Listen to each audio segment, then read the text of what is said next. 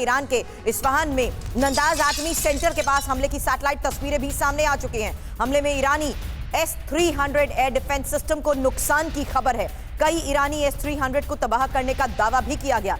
एटमी centre की सुरक्षा के लिए S-300 तैनात किए गए थे। फिलहाल ये सैटेलाइट इमेजेस तबाह हुए S-300 की इजरायली हमले से पहले की तस्वीर और हमले के बाद की ये दो तस्वीरें एक साथ आपको TV9 भारतवर्ष दिखा रहा है। और इन्हीं तस्वीरों के आधार पर सबसे बड़ी खबर ये कि कई ईरानी S-300 को तबाह करने का जो दावा किया गया था वो इन तस्वीरों के जरिए अब साफ हो रहा है कि कैसे एटमी सेंटर की सुरक्षा के लिए S-300 की जो तैनाती की गई थी वो भी हमले के बाद इसकी चपेट में आई है।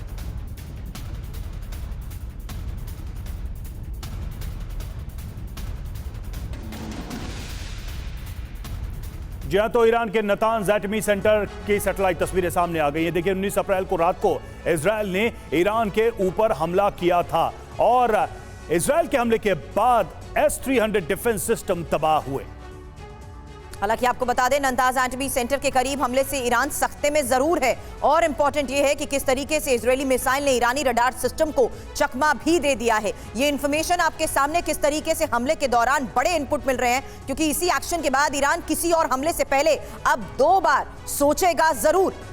बिल्कुल, ईरान को यह संकेत मिल चुका है। इजरायल का संदेश है ईरान की सुरक्षा घेरा को बेअसर करने में सक्षम है इजरायल, यानी कि कहीं भी इजरायल अटैक कर सकता है। ईरान को मिले रूस से S-300 सिस्टम को इजरायल ने तबाह कर दिया है। देखिए न्यूयॉर्क टाइम्स के हवाले से ये सारी जानकारी सामने आ रही है। जिस S-300 के बूते अपने न्यूक्लियर एस्टैब्लिशमेंट को सिक्योर करने की बात ईरान कह रहा था, उसको ही हिट किया गया है, उसको ही टारगेट किया गया है इजरायल के द्वारा। तो ये न्यूयॉर्क टाइम्स की रिपोर्ट है और इस रिपोर्ट के मुताबिक क्या दावे किए गए ये आपने देखा। लेकिन अब जल्द एक बार फिर से इंफॉर्मेशन वॉल का रुख करते हैं, क्योंकि इस्फहान शहर में आपको बता दें ईरानी एटमी सेंटर के करीब 2 सैटेलाइट तस्वीरें जो हम इस वक्त आपको दिखा रहे हैं। रवि, आपकी तरफ है इजरायल के हमले से पहले की तस्वीर और मेरी तरफ है इजरायली हमले के बाद की तस्वीर। बताइए। बिल्कुल, अगर पहले की तस्वीरें आप देखिए तो जो S-300 जो डिफेंस सिस्टम है वो यहां पर इंटैक्ट नजर आ रहा है, वो सुरक्षित नजर आ रहा है और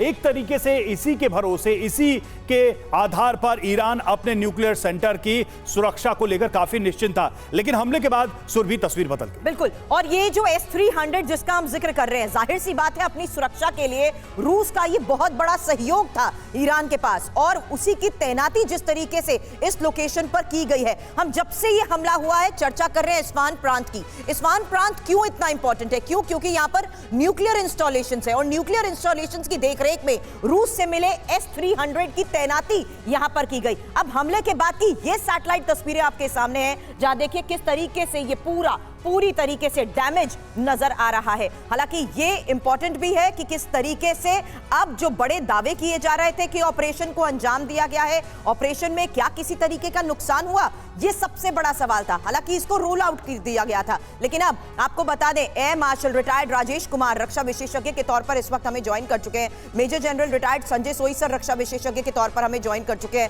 कर्नल रिटायर्ड अनुराग शुक्ला रक्षा विशेषज्ञ के तौर पर हमें ज्वाइन कर चुके हैं। सबसे पहला सवाल राजेश सर आपसे कर रही हूं, ये 2 तस्वीरें साथ में दिखा रहे हैं जो एक सबसे बड़ा सबूत है, बता रहे हैं कि पहले ऑपरेशन का नतीजा क्या रहा।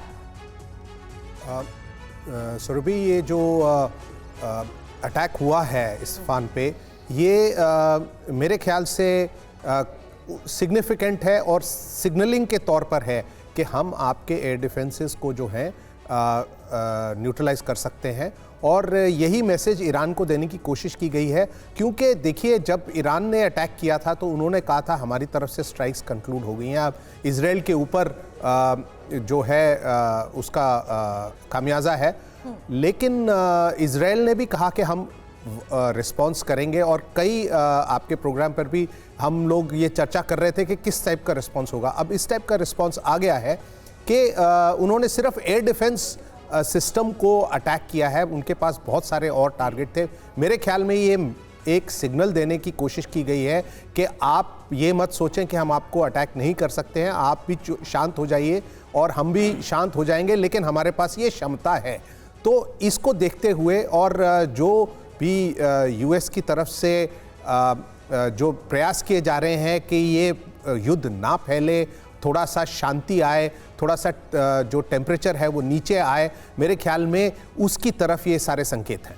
उसकी तरफ संकेत है, लेकिन अब सवाल है कि ईरान क्या करेगा, ईरान का रिस्पॉन्स इस पर क्या होगा। संजय सोई सर, ईरान ने कहा था कि हम अब यहीं पर रोकना चाहते हैं, अगर इजराइल की तरफ से कोई भी एग्रेशन किया गया, कोई भी कार्रवाई की गई, तो फिर इसके अंजाम भयानक होंगे क्या वाकई में, या फिर मामला एक तरीके से सेटल हो गया दोनों तरफ से, दोनों लोगों ने पब्लिक पोस्टरिंग कर दी है अपने देश की जनता को कि हम हमला करने में, जवाब देने में सक्षम हैं।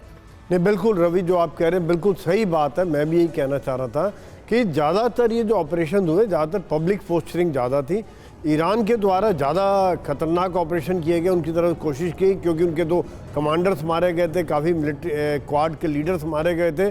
तो उन्होंने बड़ी संख्या में, 300 से ज़्यादा संख्या में ड्रोन और मिसाइल्स के द्वारा अटैक किया। वो बात अलग है कि 95% से ज़्यादा बाहर ही डिस्ट्रॉय कर दिए गए। तो कहीं ना कहीं ईरान को भी ज़रूरी था कि अपनी सेना के लिए भी इनके कमांडर मारे के कहने के अटैक करना था।